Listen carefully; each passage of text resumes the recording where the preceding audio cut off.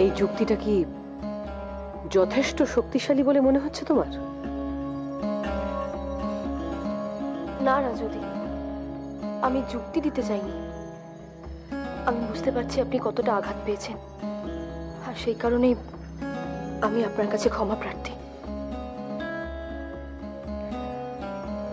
দেখো ঈশিকা, আমি যতদূর জানি আচার্যদেব কারণ ছাড়া কিছু করেন না। আমরা কেউই জানতাম না আচার্যদেব কেন এই আরতির ব্যবস্থা করেছিলেন। তবে মনে হয় সিংহলের মঙ্গলের জন্যই উনি এই ব্যবস্থা করেছিলেন। কিন্তু খনার কি হবে? খনার ব্যাপারে উনি কি কিছুই বলছেন না? এর আগে যতবার খনার কিছু হয়েছে ততবার উনি তো রক্ষাকর্তা হিসেবে এগিয়ে এসেছেন। দুর্ভাগ্যজনকভাবে উনি খনার ব্যাপারে এবারে কিছুই বলছেন না। দেবী, আমরা কি কোনো শুভ সংবাদ আশা করতে পারি? আমরা সকলে, সিংহলের সকলে তো শুভ সংবাদ পাওয়ার জন্য মুখিয়ে আছি।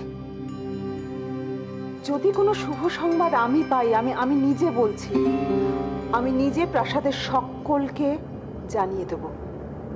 সে আপনার লোকই হোক বা পর। একটা ব্যাপারে আমি খুব হতবাক হয়ে যাচ্ছি। আচ্ছা, অপহরণের ক্ষেত্রে তো নানা কিছু দাবি দাওয়া করা হয়, কিন্তু এক্ষেত্রে তো কিছুই দাবি করা হলো না। আমি জানি তুমি বা আমার ভাই খনা কিংবা জলদস্যুদের ব্যাপারে কিছুই জানো না, আর তাই আমি তোমার মনের অবস্থাটা বুঝতে পারছি ঈশিকা। আমার খনাকে আমি কবে ফেরত পাবো রাজুদি? সেটাই তো সব থেকে বড় প্রশ্ন। উপদেশ্যকে আরো অনেক জোর দিতে হবে খনার ব্যাপারে,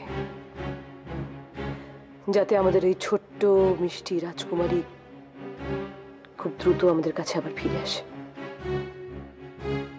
আমি নিজে কথা বলবো উপদেশ্যর সঙ্গে, তুমি নিশ্চিন্ত থাকো। তোমরা কি কোনো সংবাদ আমার কাছে নিয়ে এসেছো? তবে কি রাজকুমারী ফিরে এসেছে? আমি জানি রাজকুমারী নিশ্চয়ই ফিরে এসেছে, নিশ্চয়ই এসেছে। রাজকুমারী ফিরে এসেছে। এই গন্ধ আমি চিনি, খুব ভালোভাবে চিনি। এই গন্ধ অনুরাধাপুরমে, আমি চিনি এই গন্ধ অনুরাধাপুরমে। আজ মা দুর্গার কাছে মন প্রাণ দিয়ে প্রার্থনা করব, প্রয়োজন হলে উপবাসের ব্রত রাখবো, যতক্ষণ না মা দুর্গা আমার ভাইকে আমার কাছে ফিরিয়ে দেন। ভাই ভাই কেমন আছে, কোথায় আছে না জানা পর্যন্ত আমার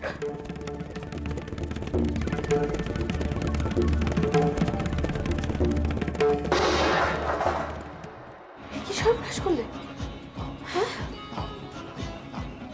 আমি বুঝতে পারিনি। বুঝতে পারোনি মানে? ঠাকুরের ফুল সব এভাবে মাটিতে? ছি, ছি, ছি, ছি, ছি।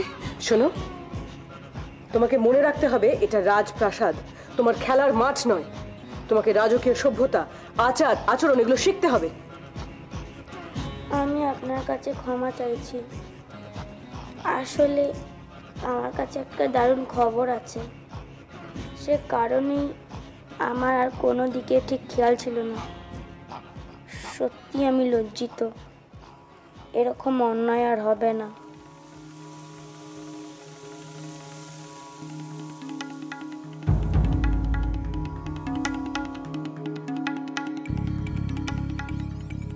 এইরকম সংকটের মুহূর্তে দারুণ খবর, আশ্চর্য।